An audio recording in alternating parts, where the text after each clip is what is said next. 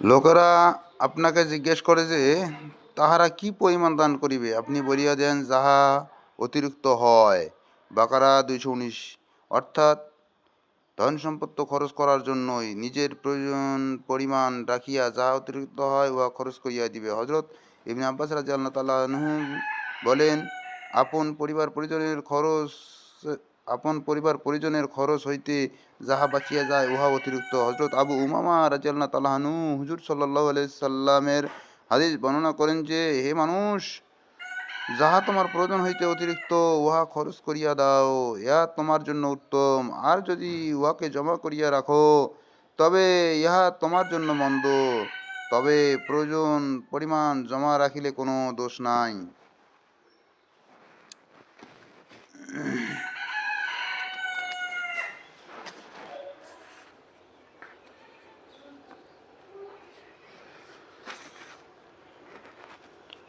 প্রথমে তোমরা পরিবারের লোকদের উপর খরচ করো এবং ওপরের হাত অর্থাৎ দাতার হাত নিচের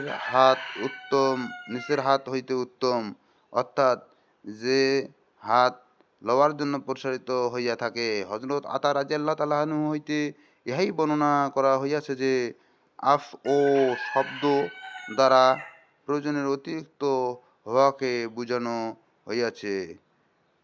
দুররে মানসুর হযরত আবু সাঈদ খুদরি রাদিয়াল্লাহু তাআলা আনহু বলেন, একবার হুজুর সাল্লাল্লাহু আলাইহি সাল্লাম ইরশাদ করিলেন, যাহার নিকট অতিরিক্ত সওয়ারি আছে সে যেন এমন ব্যক্তিকে দেয় যাহার নিকট সওয়ারি নাই, আর যাহার নিকট অতিরিক্ত সম্বল আছে সে যেন এমন ব্যক্তিকে সম্বল দান করে যাহার নিকট সম্বল নাই। হুজুর সাল্লাল্লাহু আলাইহি সাল্লাম এত বেশি গুরুত্ব সহকারে এই কথা বলিলেন যে, আমরা ধারণা করিতে লাগিলাম যে কোনো ব্যক্তির প্রয়োজন হইতে অতিরিক্ত মালের মধ্যে তাহার কোনো অধিকার নাই। আবু দাউদ। আর সর্বোচ্চ স্তরের কথা ইহাই যে, মানুষের নিকট তাহার প্রকৃত প্রয়োজনের অতিরিক্ত যাহা আছে উহা খরচ করিবার জন্য, জমা করিয়া রাখিবার জন্য নয়। কোনো আলেম আফ ও শব্দের অর্থ সহজ বলিয়াছেন, অর্থাৎ যে পরিমাণ সহজভাবে খরচ করিতে পারো, যাহা খরচ করিলে নিজে পেরেশান হইয়া দুনিয়াবী কষ্টে লিপ্ত হইতে না হয় এবং অন্যের হক নষ্ট হওয়ার কারণ আখিরাতের কষ্টেও লিপ্ত হইতে না হয়।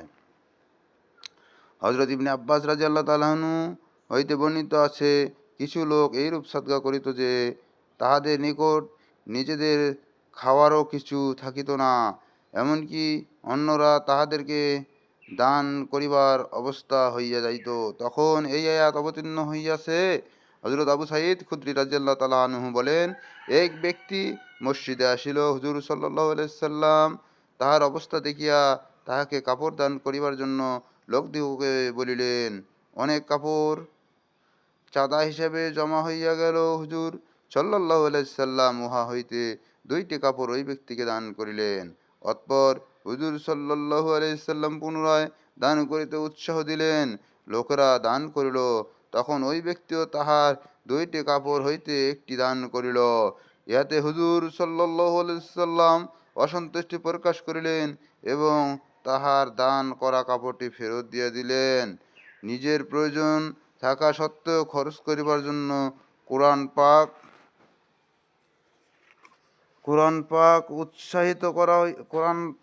পাকে উৎসাহিত করা হইয়াছে, কিন্তু উহা ওই সমস্ত লোকের জন্য যাহারা ইহা খুশি মনে বরদাস্ত করিতে পারে এবং প্রকৃত তাহাদের অন্তরে আখিরাতের গুরুত্ব দুনিয়ার ওপর প্রাধান্য লাভ করিয়াছে।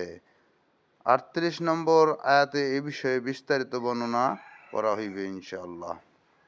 ভিডিওটি ভালো লাগলে লাইক কমেন্ট শেয়ার করবেন এবং অন্যদের জানার সুযোগ করে দিবেন।